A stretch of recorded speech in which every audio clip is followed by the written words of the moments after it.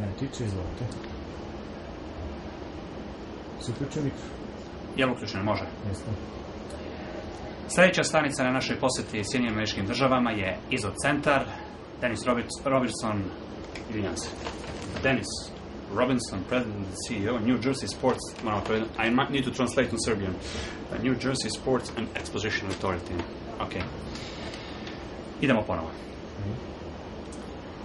Sljedeća stanica na našoj posjeti Sjedinjenim Američkim Državama jeste velelepni Izot centar.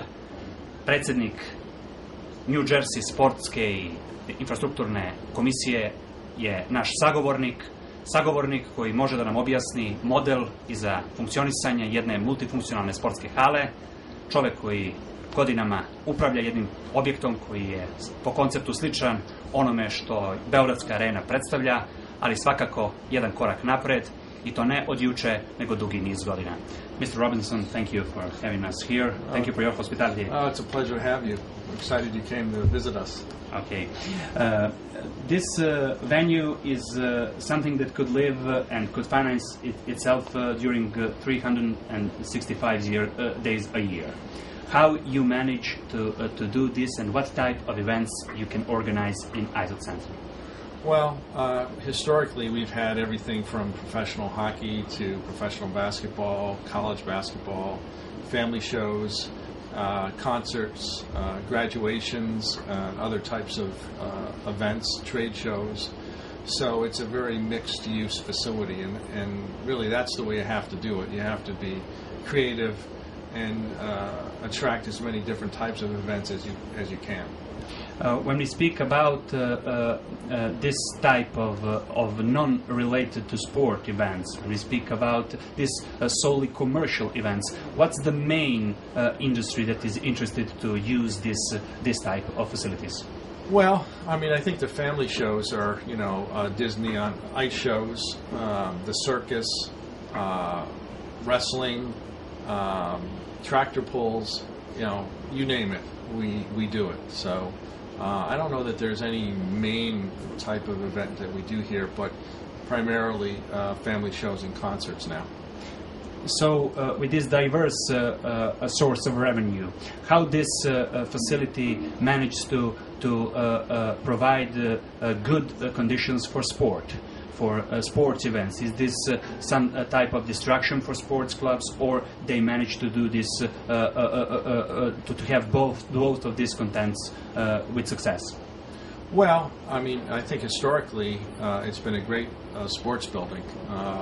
We've hosted, I think, 13 NCAA basketball regionals, or including the Final Four. Today it's a little bit more limited because it was built back in the early 80s, although we've invested a lot of money to upgrade the facility over time. But we have, I think, 28 suites that we're sitting in, an example of that today. And that's a great way to generate additional revenue. Naming rights, the Izot Center. Izot is a brand name clothing type, and it's got international reach as well. So, as well as sponsorship sales and so forth, and concessions, and parking revenue is a large part of how we generate revenue here. And when we speak about revenue, and we speak about this type of connection between big corporate sponsors and the sports infrastructure, how important is this partnership with Izot Company? This is some form of high-level advertisement, high-level media profiling of big companies. We were in visit at Red Bull Stadium, right, also. Mm-hmm. So big companies are using sports facility to promote themselves. How important is this link? It's hugely important. Really, sports is a great platform for any sort of lifestyle brand. Sports and entertainment, the demographic matches well, particularly with the Izot brand. So I think naming rights are a critical aspect of being able to operate your facility profitably on a long-term basis.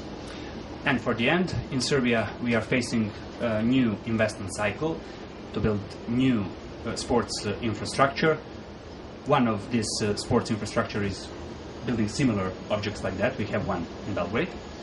How you can estimate importance of state role in all this investment, this public-private partnership? How important is state or local government influence that this type of investment could be visible? Historically, the public sector has, whether it's a municipality, a city, it could be a county in our country or a state, has made substantial investments in these types of facilities. They generate a lot of jobs.